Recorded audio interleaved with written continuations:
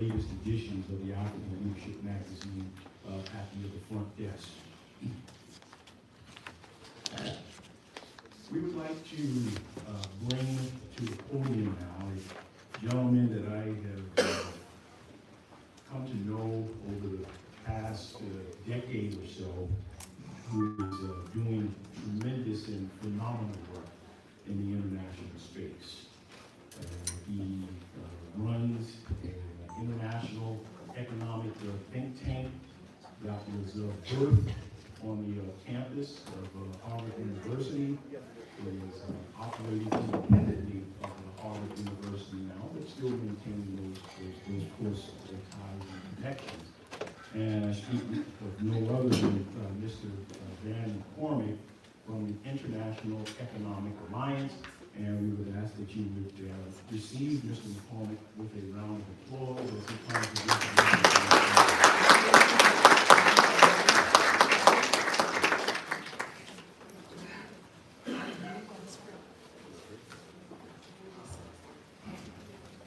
Hello, everybody. I'd just like to correct. Today, I'd like to be the president of Guyana. Anybody else want to do that? Just have to figure out how to do all that hyper growth you have in front of you. I think that'd be more exciting than doing what I do. But my name is Van McCormick, and as he mentioned, I'm the founding director of the International Economic Alliance. We were conceived over 20 years ago at Harvard. As he mentioned, we are independent now, but the whole point was how do we take the best, not only of Harvard students, professors, and alums, but the best of America to help countries really engage with America, and not only with America, but with the world, because we fundamentally believe that a rising tide lifts all boats. And believe it or not, America still believes that. And so we're very proud to do that. And so I look forward to talking with you all. And Dr. Giammi has done a fantastic job, and we've been honored to be his partner for many years. And that's one of the reasons that we're called an alliance versus a council or something else, because it's about how do we make other people better. And the work that he's done with the magazines and the events in town, we feel are fantastic, and we're very honored to be able to partner with him. So throughout the day, obviously, I can see that everybody here is doing great things in your countries. And I think it's going to be a very fruitful day, and look forward to meeting many of you and seeing if there's any way that we can be of help for your countries or your companies as you look to engage with each other and create some jobs, which is the bottom line. Thank you all very much. I still want to be the president of Guyana.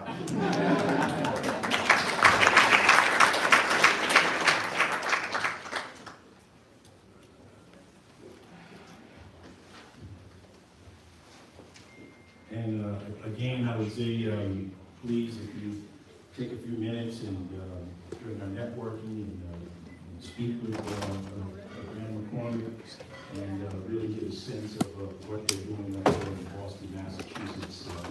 IEA is a tremendous program, a powerhouse program. They've been putting on various programs on the sidelines of some of the greatest events going on, international events going on around the globe. I would now like to ask that Nkano Hawani, the Executive Vice President of the Intra-Africa Trade Bank, the Afrexim Bank, please come to make comments. Let's receive with a warm round of applause.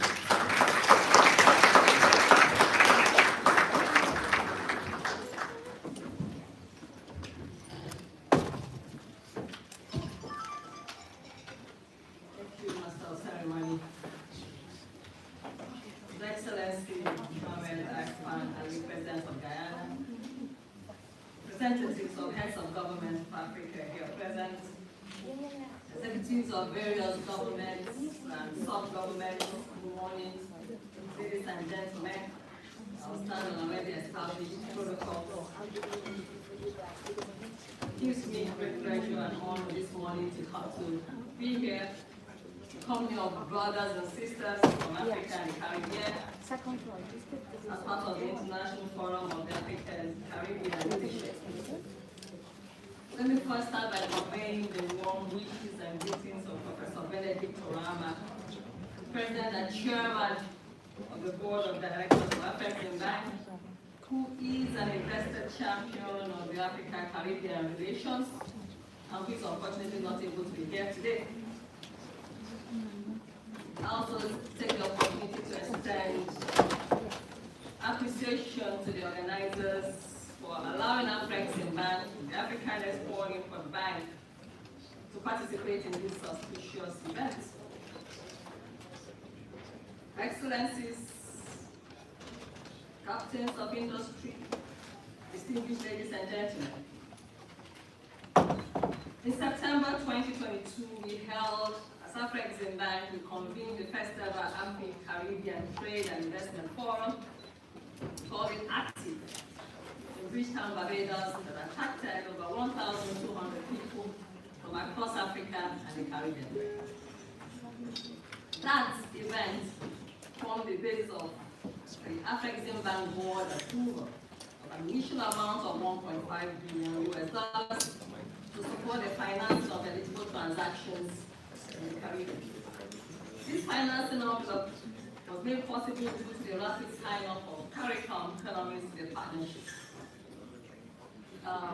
So the CARICOM countries signed up to the partnership negotiated by the President. As of today, 11 countries in the Caribbean islands have signed, and 8 countries have ratified the agreement, opening up all of those countries to the bank's the economic growth potential of what Professor Lama fondly refers to the African-Caribbean continent, whose borders extend from the eastern shores of Africa all the way to the tip end of Bahamas, is vast.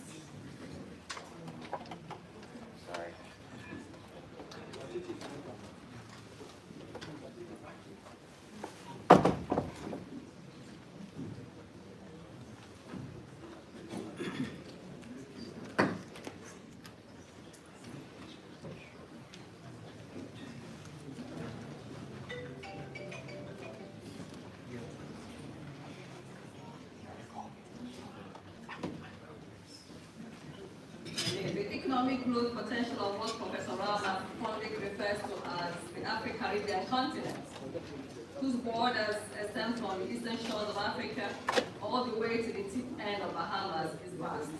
One trade and commercial exchange is currently limited.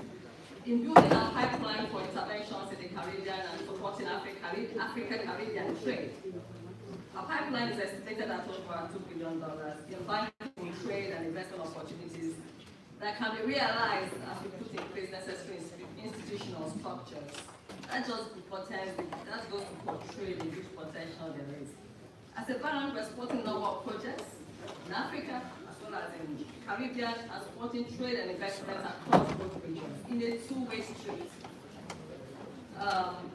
So it's not just Africa's exploring opportunities in the Caribbean, but also vice versa. These are ranging from solar and geothermal energy plants in the energy sector, air and maritime transport infrastructure development, fish farming and integrated aquaculture facilities in the agriculture sector, development of tourism infrastructure to boost up oil and gas, amongst others. So I'm very pleased that we will soon be able to see that there are no limits if brothers and sisters come together to challenge themselves and pursue mutually beneficial development goals.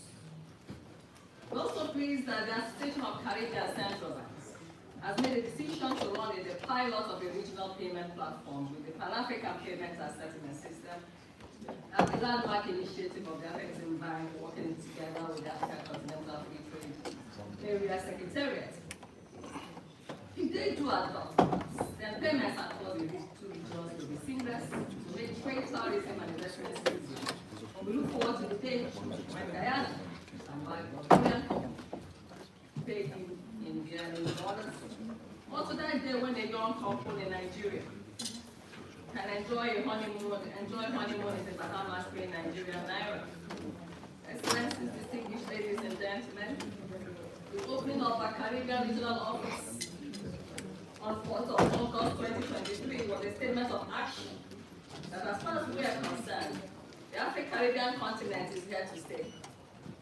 As we open this new chapter in our history, we turn our minds to the memories of the devastating effects of the slave trade's imperative of developing a mutual and beneficial relationship for our shared prosperity, underpinned by trade and investments.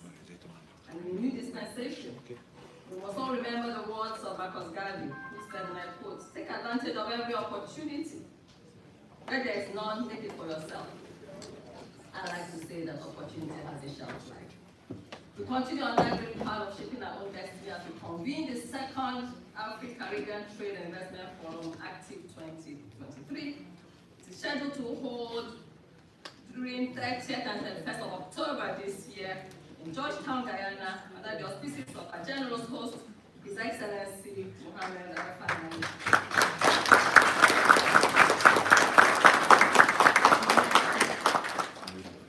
So this is a call to action. We'd therefore like to invite everyone present to this promising and exciting event that continues to serve as a channel of engagement for our mutual prosperity. All you need to do is search for Active 2023, and it will take you to the website to register. Allow me also to take this opportunity to invite you all to the Diaspora Day, the first ever Diaspora Day at the Intra-African Trade Fair 2023, which will take place in Cairo, Egypt, between the 12th of November, actually on the 12th of November 2023, as part of the Intra-African Trade Fair that will take place during 9 to 15 November 2023. This is also the honored auspices of the African Continental Free Trade Area Secretariat as a co-convener with AFEX-Bank as well as the African Union Commission. The Diaspora Day will feature a Diaspora Summit, deal room, exhibition, cultural and gastronomic showcase. The Trade Fair provides a platform for businesses across Africa, Caribbean and beyond to showcase their products and plug into regional value chains. It is a sustainable platform for connecting buyers and sellers, as well as investors, investment opportunities, to enable them share and trade and market information that has so often eluded us. The lack of information about what obtains in our various regions, and be able to conclude deals. I'll end my short statement by restating that as AFEX-Bank, we stand firm in our commitment to support African-Caribbean relations, African-Caribbean relations, and creating meaningful and fruitful engagement. Prosperity of Africans, regardless of where they may be, should be our collective aspiration. And it is by collective actions that those dreams will become our destiny. I thank you for your kind attention.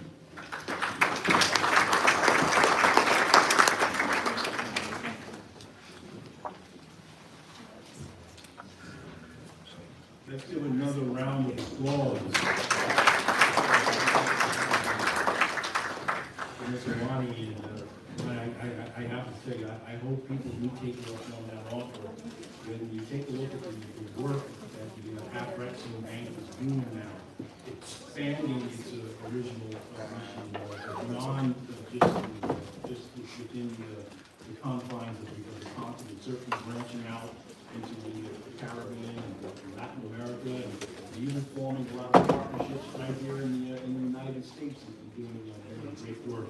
So we'd like to commend you and those at the bank for your vision and your leadership. Thank you so much.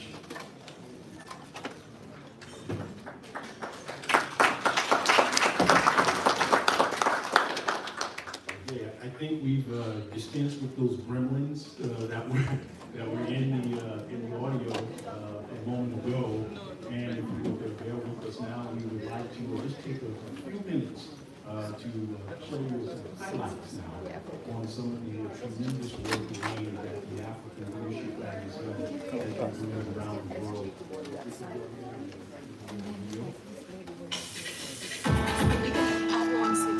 One fit.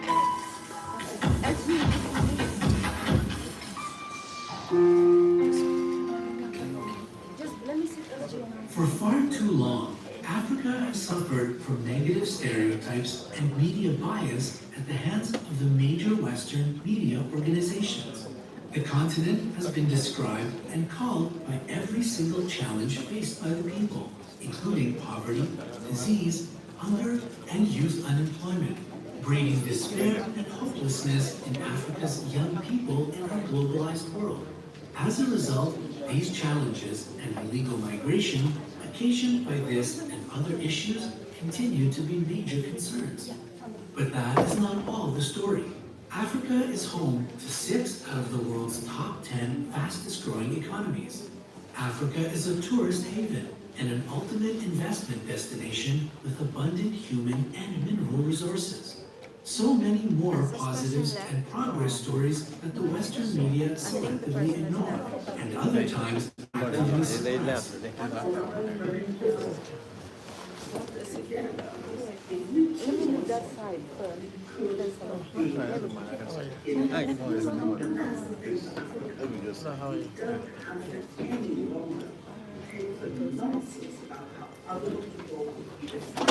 Which country you come from?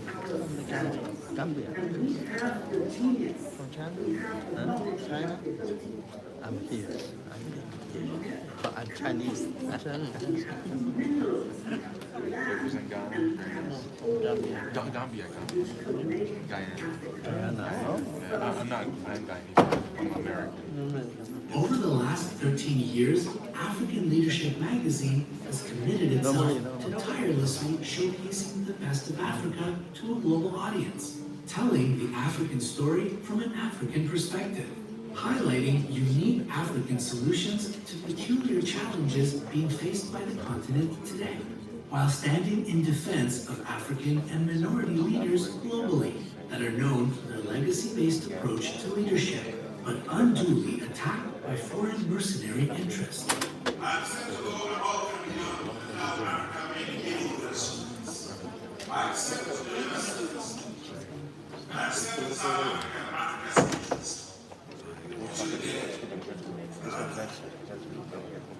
But it takes a village. So these country members in Africa and the rest of this, just reach out to them. There's a little bit of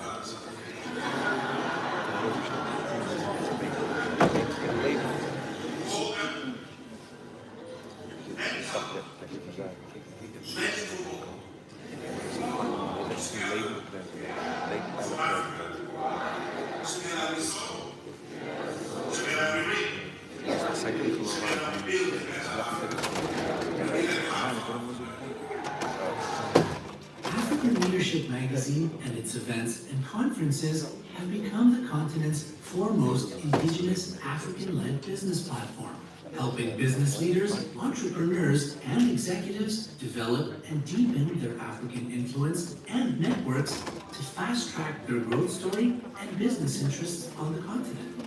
In Africa, where many of the countries are known for weak institutions, poor infrastructure, and some of the world's horrific conflicts, the inspiring example and impact that one truly effective leader exemplifies and transmits is truly powerful and game-changing, not just for the immediate beneficiaries, but for the world. That is why African Leadership magazine have made it our mission to not only discover and celebrate these outstanding African leaders and institutions and position them as agents of change that they truly are, but enable them to continue to inspire and lead effectively so our world becomes a better place for all. We aim for the same economic and social progress. Shoulder to shoulder, we will stand together and continue to build an Africa that is free and independent. The struggles of our people and their development aspirations remain fundamentally intertwined with those of fellow Africans elsewhere in our continent. We continue to publish the bi-monthly and highly rated African Leadership magazine, as well as the gender-focused quarterly Amazon's Watch magazine, and have spotlighted, celebrated, and worked with over 20 African heads of state, over 250 senior African corporate leaders, public servants, and community champions, enabling these leaders to go on to make their communities to become healthier, safer, and more prosperous. The one who buys what you produce supports your prosperity. Therefore, there must be no sectarianism in Uganda because it fragments our market. Moreover, even the Ugandan market is not enough. We need the African market. Hence, Pan-Africanism is core to our program. With a united African market, we can negotiate for access to other markets of the USA, China, India, Russia, Japan. Two of the heads of states we worked with went on to win the Nobel Prize, while our high-level events and work with business leaders have resulted in over $5 billion in deals and more than 500 strategic partnership deals in the last 13 years, creating jobs and opportunities for all. And from a percentage of our corporate profits, we have so far catered and sponsored over 86 indigent African children through their secondary and tertiary education, through our Send a Child to School program, our proudest achievement. This is a resurgent Africa, and all of us have a role to play in it. And together, we will bring back the sunshine and sustain the progress that the continent truly deserves. Visit our website and join hands with us as we work towards the eradication of extreme poverty using education as a tool, and the overall attainment of the Global Sustainable Development Goals, both for our benefits and for future generations to come.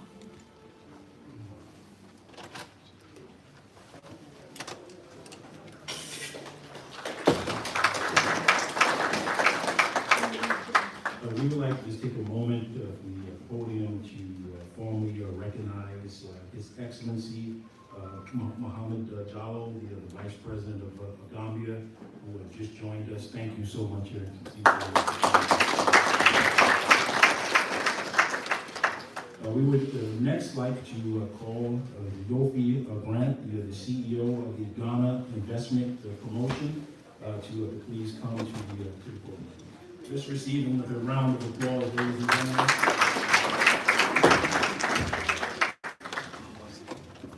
Good morning. Your Excellency, President Mohamed from Guyana, Your Excellency, Vice President Mnangagwa of Gambia, it's interesting that I call us the 3Gs. Ghana, Gambia, Guyana, here this morning. But I think I'll be overly remiss not to go back in history to remind us why we are here today. And it's my honor and pleasure to tell you that today is the birthday of President Kwame Nkrumah.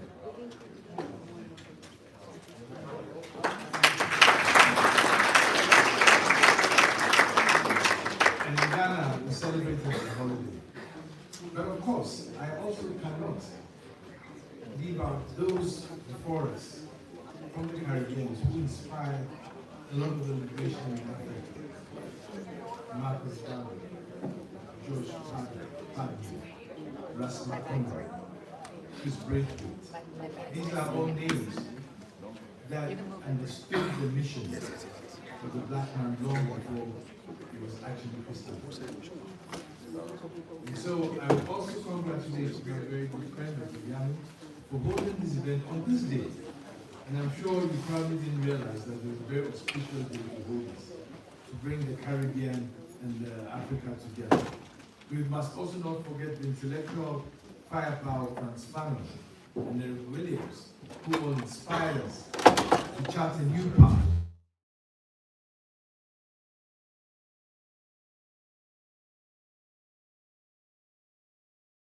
Secondly, of course, the Russian-Korean conflict has meant that there should be new friends, new relationships. But I dare say that the narrative of the African continent, and perhaps the global Africa, has been narrated in a way that always projects the self-interest of others and not us. And so for me, today's event is very instructive of the way forward. But I have to also say something, because I have been over the past few months traveling through the Caribbean, trying to bridge that gap. Because I sit on the board of the World Association of Investment Promotion Agencies, representing South Africa. And I conspicuously, obviously see the gaps that exist and the opportunities that exist across the Atlantic. But I must also say, on the lighter note, anytime I go to speak somewhere, everybody says, oh, Mr. Irfaan from Guyana. And I say, no, it's Ghana. But for today, recognizing the potential that Ghana has outlined, I'll be happy to be Ghana. Because we are all one, we are just one family. And I also like to say Ghana has actually opened Ghana Caribbean Trade Office in Guyana. Because we recognize the opportunity. But let me just make a few points before I say that. The African story has really never been told by Africa. And that is why I keep saying that narrative has been shaped by the self-interest of others. And I believe this is our time that we should shape our own narrative and change that whole image of the dark continent into one which I will say, without batting an eyelid, could be the savior of the world.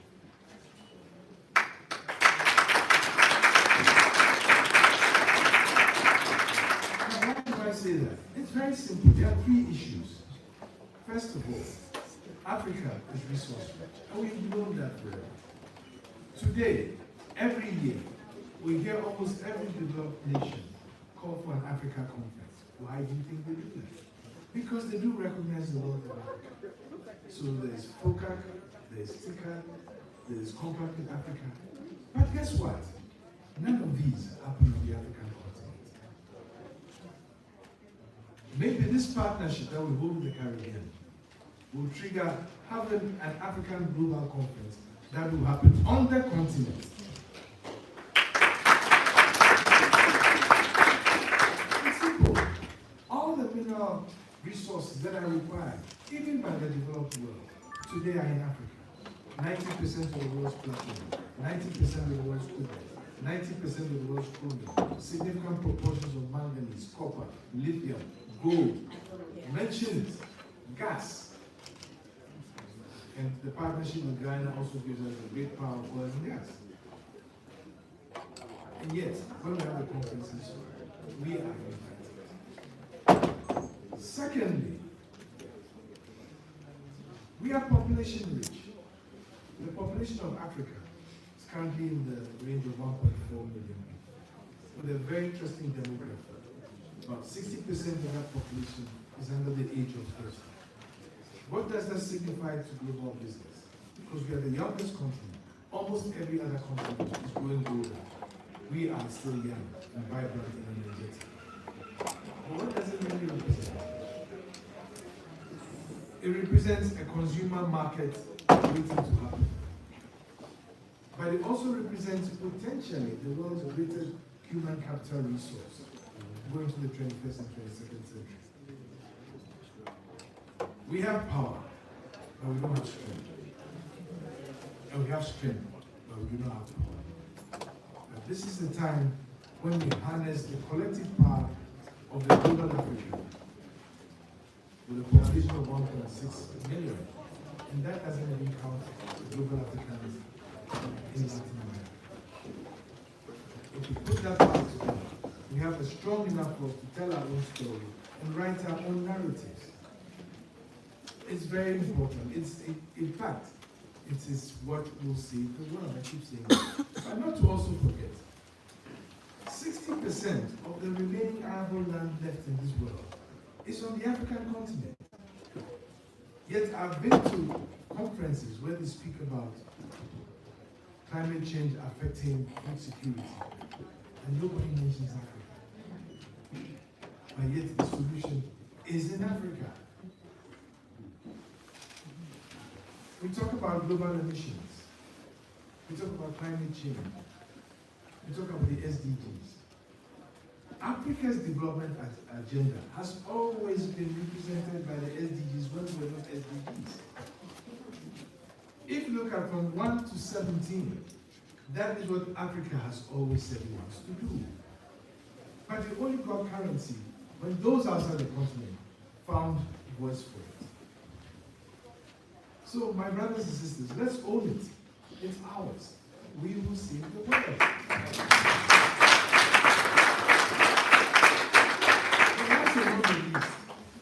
Today, when we talk about mineral resources, we are advised that perhaps we should supposed to be under the ground because it will be an impediment to achieving net zero. It's a sensitive topic. Yes, we do recognize the impact of emissions and global and climate change, and we are sensitive to it because Africa is also victim to some of these developments. But we contribute less than 4% to global emissions. And we recognize that those mineral resources we have, including oil, are critical for our future development.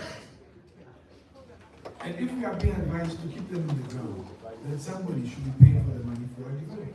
Because we are the continent that has least contributed to emissions. And so I would once again dare say that this is critical for us. And I have heard some of our brothers say that, no, we will develop our resources. What we look for is taking ourselves partnerships for linkages and trade. And indeed, very happy that today we're having this year and once again a contract with I hope we hold on very fast to this relationship. Just two more to say where the gaps lie. For me to get to Bahamas took 17 hours. If I had flown directly from Accra, it would have taken 6 hours. That is one of the breaks. We should today walk out of this room knowing that we will bridge that gap. Because when Marcus Garvey set up the Black Star Line 101 years ago, it was his vision to bridge that gap and realize that the black of this world coming together would have been a powerful force of development. It hasn't changed. The blacks of us here, of those, the global African coming together, will still be a powerful force to remedy the ills of the world, post-COVID, post the conflict that it is. And I would dare us to take that challenge and be proud to say that we will change the world. Thank you very much.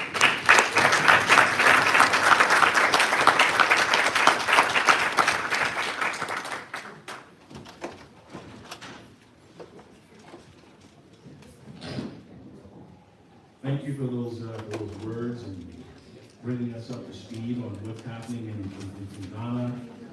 And we would also like to recognize the Secretary General of Gambia that just joined us, Mr. Salimatu Toure.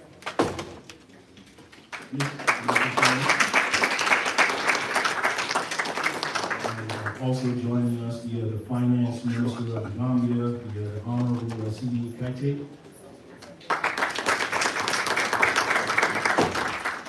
And I'd also like to recognize Mr. Brock Pierce, billionaire investor, putting his money where his mouth is with the cryptocurrencies and putting together the Blockchain Africa conference. And those of you that are looking for foreign direct investment to come onto the continent, this is the gentleman right here that can certainly take an opportunity to chat with him.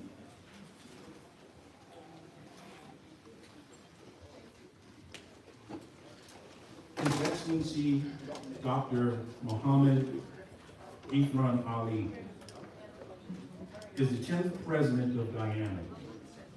He was a member of the Parliament and Minister of Housing before becoming the President of Guyana. His administration has been committed to managing the country's newfound oil and gas resources with the establishment of the Department of Energy to ensure the socioeconomic development of the country. Under the leadership of President Ali, Guyana is leading the Caribbean community, CARICOM's efforts to reduce food by 25%, revitalize sugar, cocoa production, increase productivity of the agricultural industry, including rice, livestock, and poultry, as well as tourism and hospitality to diversify the country's economy away from oil dependency. President Ali has also led efforts to stimulate economic growth through various direct foreign investments in infrastructure, education, healthcare, and social services. I don't think I have to tell you about the dynamic job that President Ali is doing, not just for Guyana, but the kind of life that he is invigorating throughout the other region. So without further ado, let's bring to the podium the round of applause.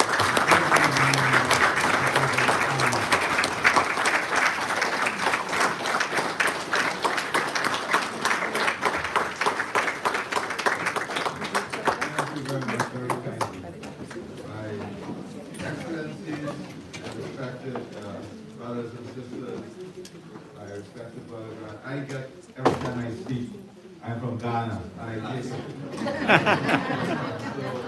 we're together. It is just a demonstration that we are indeed together. First of all, I want to say that I really wanted to spend a long time. I have a meeting with the UNSC that I will have to go to. But I think that what I wanted to say fits into everything that has been said. You know, I can say that when we talk about embracing the best practices we have within the region itself, when we went towards the direction of the local content legislation, guess who we work with? There are many who came, but we work with Ghana. Because if you look at the model that Ghana has, you will see that it had elements that could create the best local content legislation. We are proud to partner with Ghana in this effort. So I want to thank Ghana for the support and partnership in creating this legislation. Now, first of all, I want to thank also this the African Music Magazine. And you're perfectly right. That those are the remarks I want to make. How do we flip the narrative? I think this is the big question in the room. And we have contributed to the narrative as leaders, unfortunately. Because every time we speak about the challenges we face, we speak about the disadvantages that has been taken and continue to be taken against our system. But we do not speak about what we are doing, our innovation. We do not speak about our potential. We do not speak about what we can offer in bringing solutions to the table. And we have to flip that narrative and start speaking about that and do it from now.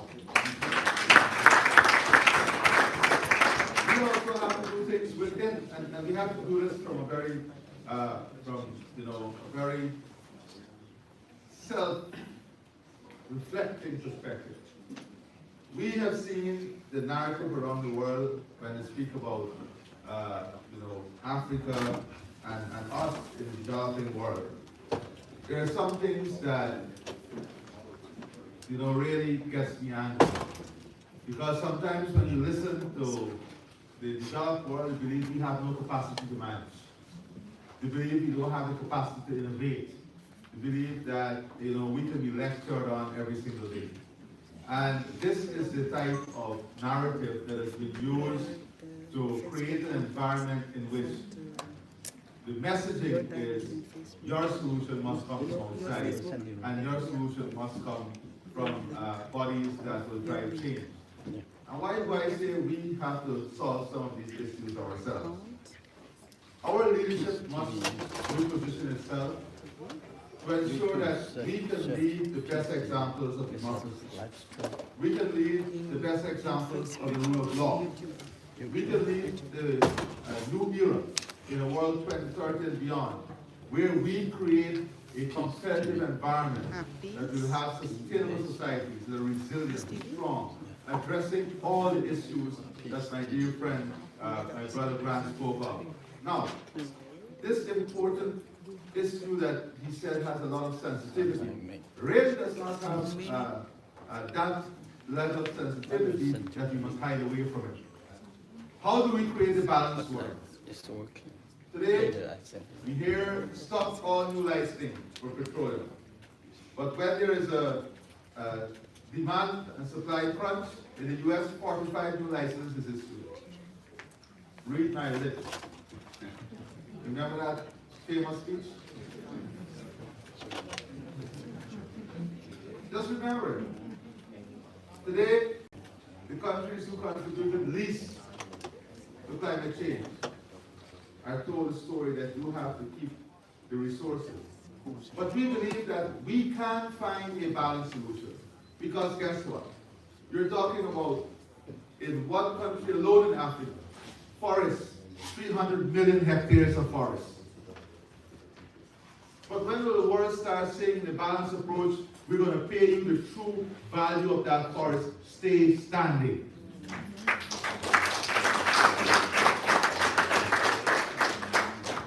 So we have to flip this narrative. We have to drive this new conversation. You know, we all believe in net zero. We have to work towards net zero.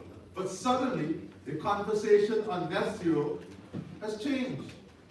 From net zero to ending petroleum production, ending gas production. That is a new conversation. It is no longer about how we achieve net zero, but has now become a war against petroleum producers, a war against gas. And we know, with the greatest degree of honesty, that we do not have the development financing to get to net zero if gas and petroleum does not play a part in the balanced approach. The question is, if we have to come up with a formula, if 20% of the world petroleum must now come from petroleum, let us say, best case scenario, by 2050, who determines who produced that 20%? What are the criteria we'll use? Well, let me tell you. My brother Brand said it. When you apply the forest and the contribution of the forest to climate change, we are in the best position to produce that 20% because we will produce it in a less carbon emitting environment. But we cannot allow this narrative to get away from us. I agree, this is our chance. This is our chance to reshape global dialogue. This is our chance to reshape the global narrative. Let us all go to COP28 and let us all speak about a balanced approach. How do we achieve net zero through a balanced approach and through a system that ensures justice and equitable development? That is the first point I want to make. The second point, sorry. The first point is that, listen, we don't need to have 700 documentaries telling us how bad we are. Let us agree that all of us have challenges. I mean, even the US has challenges with democracy. We all have challenges. But let us agree that we are going to say to the world, we are going to confront our challenges. We are going to, in this flipping of the narrative, and in this new era, we are going to recognize our challenges, we're going to own our challenges, and we are going to build our roadmap to deal with the challenges we have.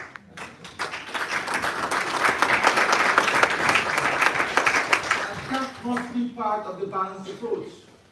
How do we build our own roadmap? And let me tell you, I said this before, we became uncompetitive in many areas because of the world system. When the world had the capital to go to mechanization, we did not have the capital to go to mechanization. So the world mechanized, we still relied heavily on labor, and we could not compete globally. Today, we are now trying to mechanize, and the world is going to digitization. Is digitization going to be, and AI, going to be the new form of inequality between nations? We have the opportunity to fix it now from the inception. I say that we must take a bold step, as Singapore did. We must look at what are the best technologies available today. And we must adopt to those technologies and work backward in bringing the population up to the technology. So that we do not continue to lose decades and decades in catching up. Why is it that collectively we cannot find the 100 best scientists within the continent and put them into a special fellowship program, and all they do for us is innovate, research, innovate, and build solutions for us? We have the human capacity, we have the capability, we have the natural resource power, we do have the brain power. We must understand we have the brain power. We have failed to deploy.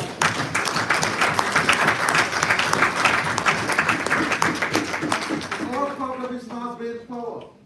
Our problem is the failure to deploy that brain power in a collective, coherent manner. And this is what we have to do as we flip that narrative. We have to also look at our investments. If we really want to lead, then we have to change the structure of our budgets. What percentage of our budget as a region goes towards research and development and innovation? What percentage of our budget in the corporate world goes towards research and development and innovation? What percentage of our budget in universities goes towards research and development? We have to do these critical analysis. And if we are to drive the change, then we have to restructure the system to reflect what we want to achieve and how we want to position ourselves.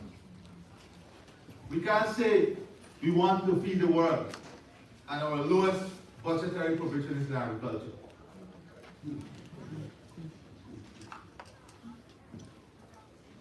We have to do this. And we have to do this in a very open way. So I would say today that I want us to spend some time to demonstrate how we can flip this narrative.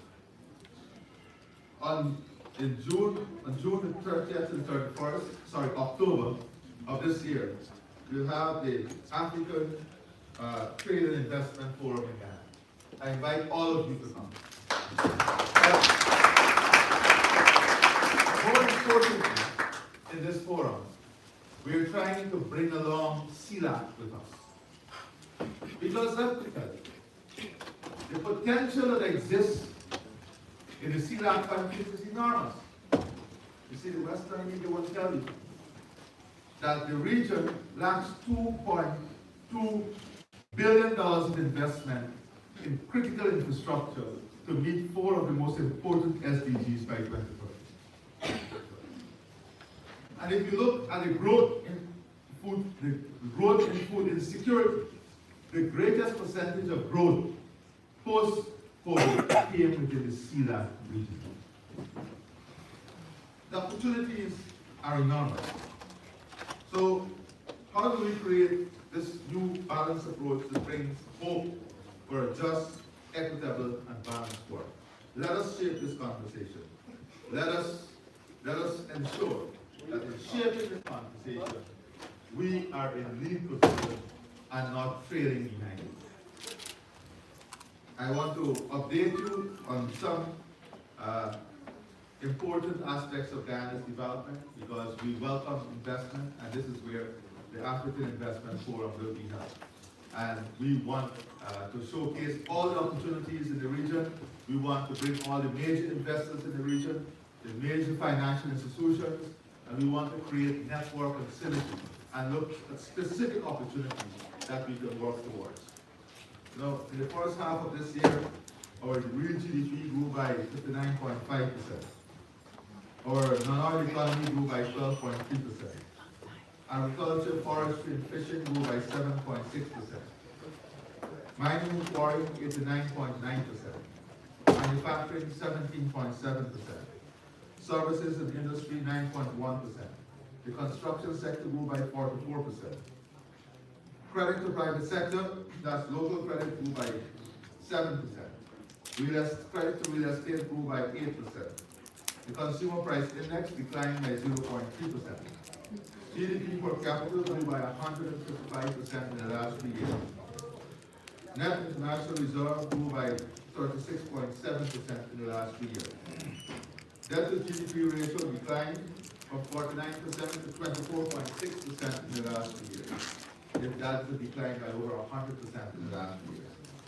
Debt service as a share of current revenue now stands at 7.20%. Domestic credit to the private sector has increased from 75% in the last 3 years Non-performing loan has declined from 10.6% to 4.69% in the last 3 years. That is almost more than 129% decline in the last 3 years. So those are important components of the economy in the first half of this year. I will end by saying what we're trying to achieve in Guyana is the building of an economy that is fueled from the revenue of oil and gas, but it is diversified, balanced, resilient, and sustainable. And that is according to a low carbon development strategy 2030 plan that looks at growth, prosperity, sustainable development, resilience, equity.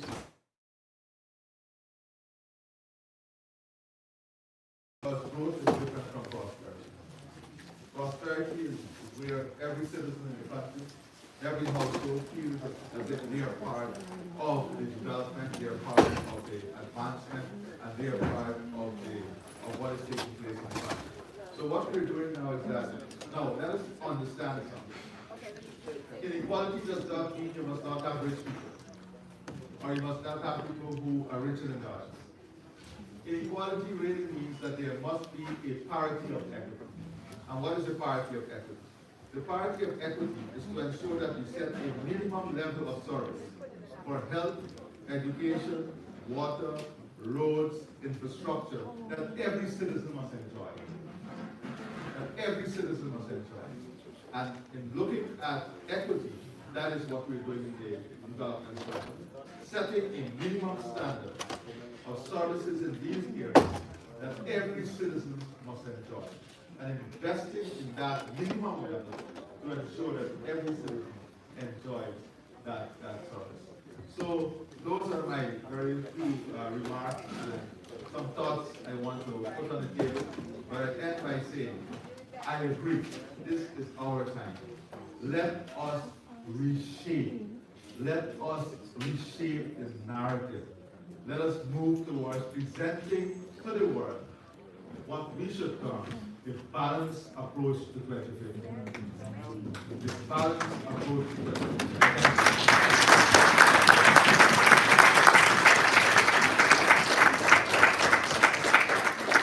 I'd like to ask Dr. Johnny to please join us on stage.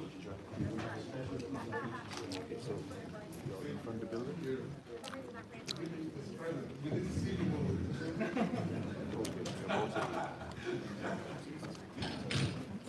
We are truly proud of the work we're doing in the Caribbean and mobilizing not just the region, but a truly trans-regional cooperation in Africa.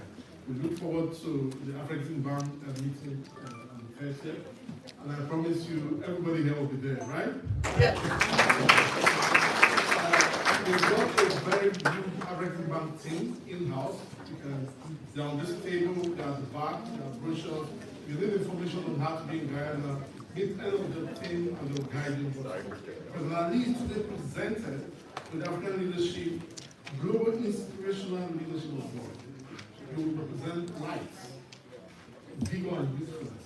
And we think you're an inspiration not just to the Caribbean nation, but to the rest of the developing world.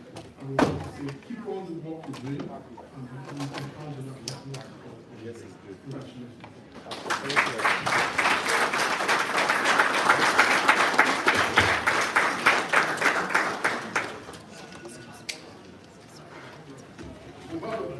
Mr. President will leave in shortly.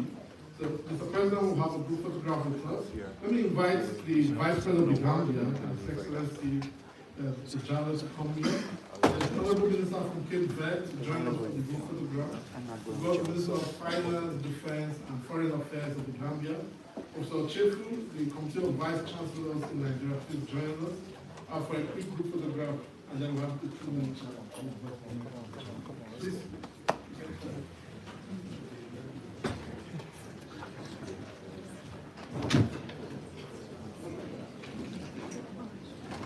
Gender balance. Can we invite the SG to the and then the African Vice President, please join us in the gender.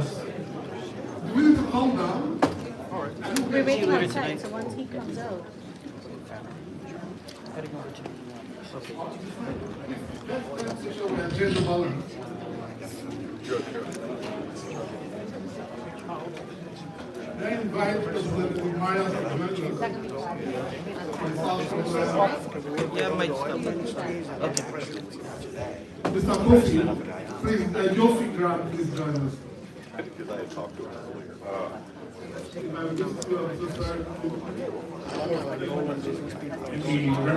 The representative from South Carolina, please, the representative from South Carolina. US number? You have high school residence? That's going straight to Washington. That's fine. The residence can just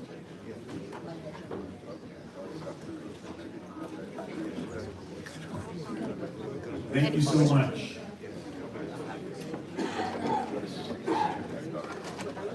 Let's have a look around the applause. I see a choir. not on me right now, but once you link up with the exam bank, you'll get on to us. Yeah.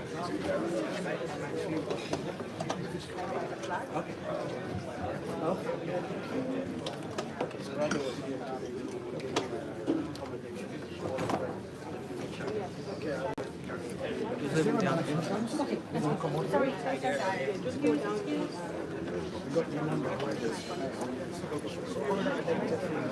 We aren't done, ladies and gentlemen. We still have a packed program to get through. So please take your seats as we go on to the next phase of the program. And we're going to ask His Excellency Vice President Donald of Columbia to come to the stage in a moment. So we please ask that you, please for security, ladies and gentlemen, please for security purposes, we need to ask you to please take your seat.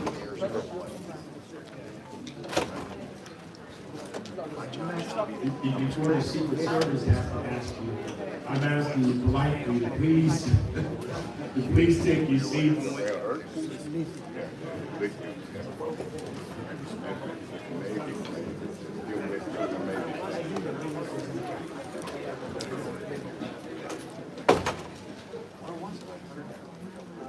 Somewhat the Midwest, some kind of a self-there.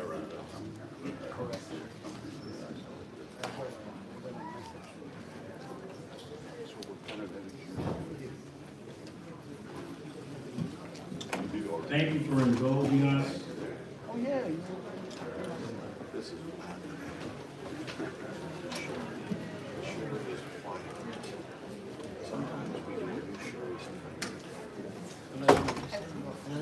We're going to ask at this time His Excellency Mohamed Jallow, the Vice President of the Gambia, to please come to the stage and provide us with some remarks. Let's please receive His Excellency with a round of applause.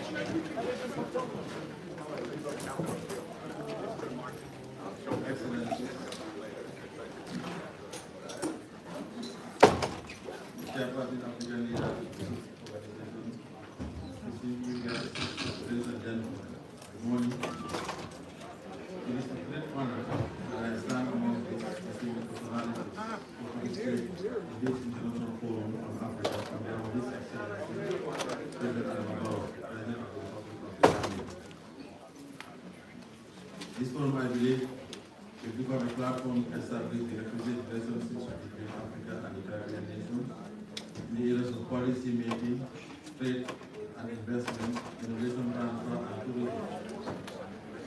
We must revisit our Pan-African ideas for a new government in the Caribbean relations.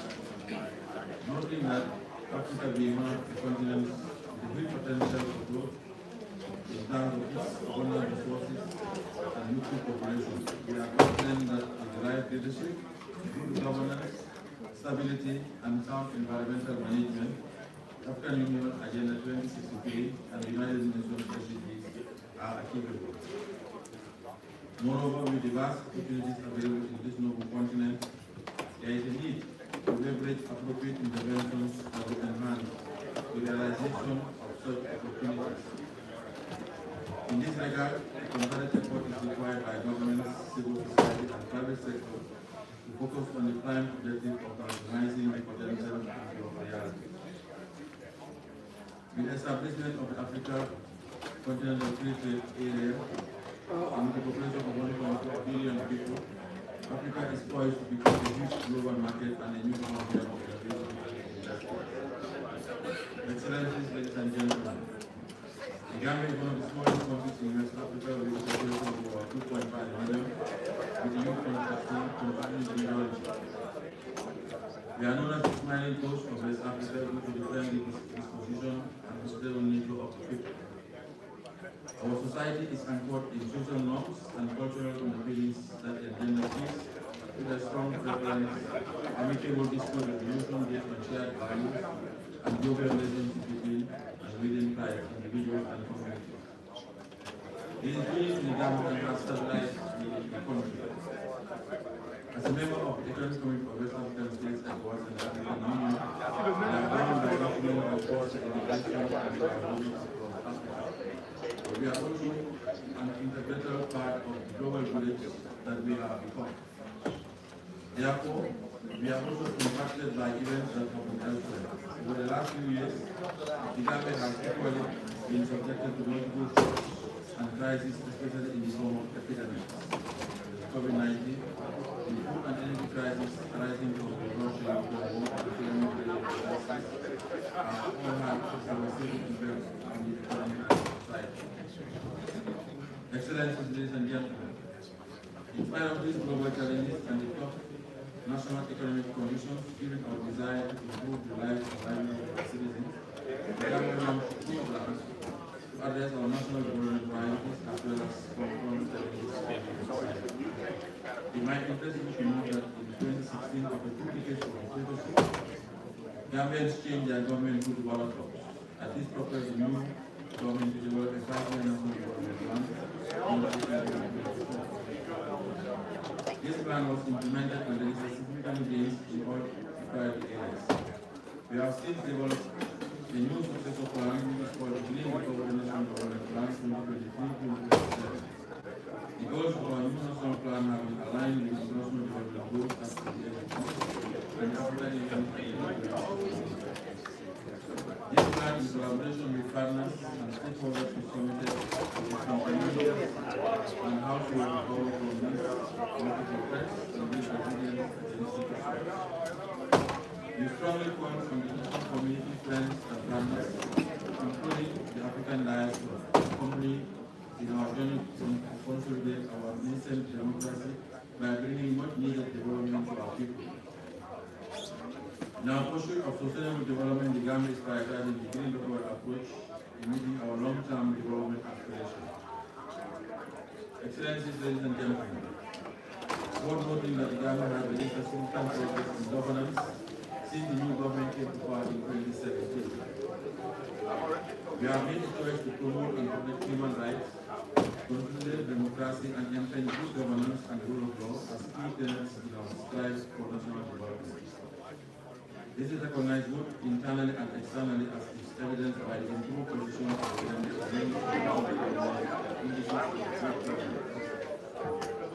Notwithstanding, the government will continue to focus on decentralization while ensuring that the government machinery is efficient and effective in meeting citizens' expectations. The government has also instituted a social protection program to assist households confronted with social challenges. This program led to the establishment of national social ministry, which has proved beneficial to scale. Moreover, we are committed to improve access to potable water, energy, upgrade, rural access, road, causeway and bridges, community food security and environmental skills. The programs will ensure the sustainability of services and assets. Excellencies, ladies and gentlemen, We undertook a series of reforms to internalize democratic principles as a matter of priority to restore the confidence of our citizens. Transitional justice, social reform, and public service reform. This led to the establishment of transitional justice program, regional and social human rights violations at the land between. The establishment of the peace building program, the National Human Rights Commission, and the Office of National Security to lead the security sector reform. The process of developing a new constitution or the review of the 1999 Constitution in major legislative undertaking is also progressive. Our commitment to democracy and good governance will remain unwavering. Finally, let me thank the African Leadership Organization for recognizing the development approach of the Guyana on the leadership of His Excellency President Irfaan, and for honoring him with this prestigious award, the Global International Inspirational Peace Leadership Award. This award will surely serve as a symbol of motivation and encouragement. I thank you very much.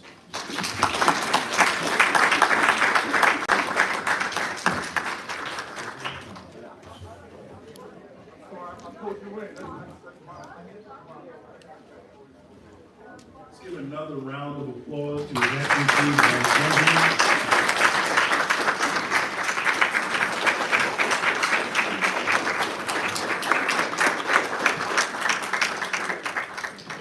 Before we move on to our next speaker, I just want to make a few acknowledgments.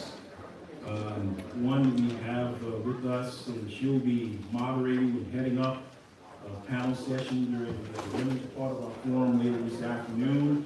So let's give a round of applause to the Deputy Borough President from the great Borough of Queens.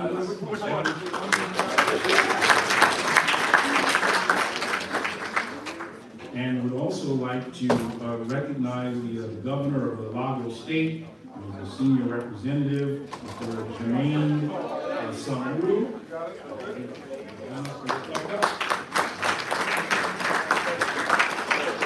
In charge of diaspora and foreign relations, and Lagos State wants to really invite you to come and visit. There's a lot going on right now with respect to connecting the diaspora. They have a welcome home program from the point of no return. They're doing some economic development. And please, if you have a moment, please see His Excellency's senior representative. He had a speech over at the UN. He's not with us right now, but his senior representative is sitting there to the rear of the room. We would also like, we have some royalty with us this morning. Mr. Ba Sha Ra Song, Viva Chara Wong, who is from the royal family of Thailand, and he's the prince in the royal family of Thailand. Thank you so much for joining us, Your Excellency.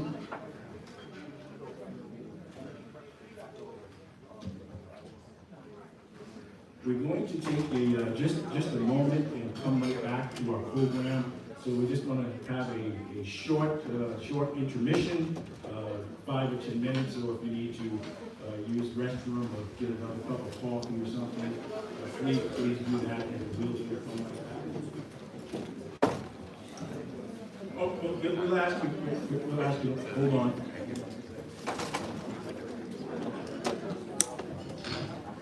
Thank you, Aaron. It's always great working with you. Now, Mr. Vice President of Gambia has to give a presentation at the UNGA immediately after that. So, on behalf of special award for the President of Gambia, His Excellency Mnangagwa, which the Vice President is sitting there. So, permit me to hold on the short let me invite Mr. Vice President, His Excellency Mohamed.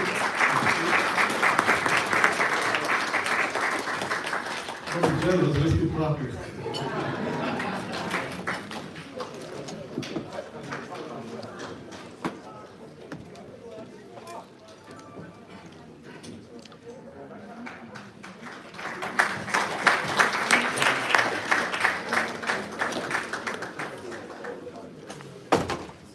May I invite ministers to join us? The ministers finance minister of defense. I want to make friends with the finance minister. And then I will listen to foreign affairs. You don't join us.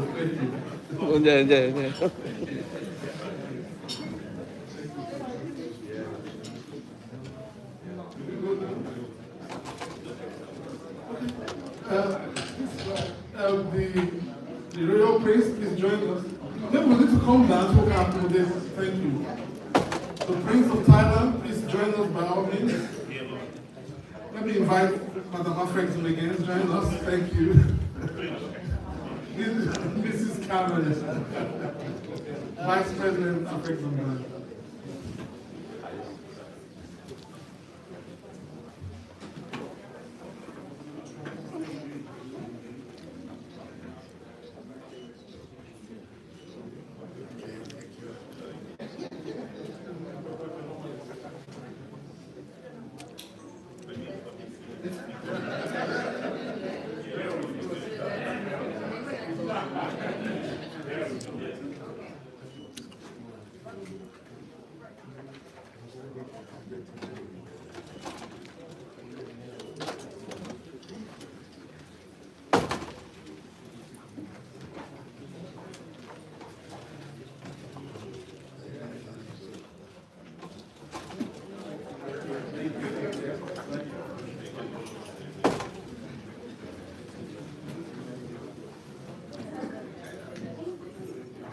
Thank you. We are going to have that short break and then reconvene in 5 to 10 minutes to go on to the next part of the program.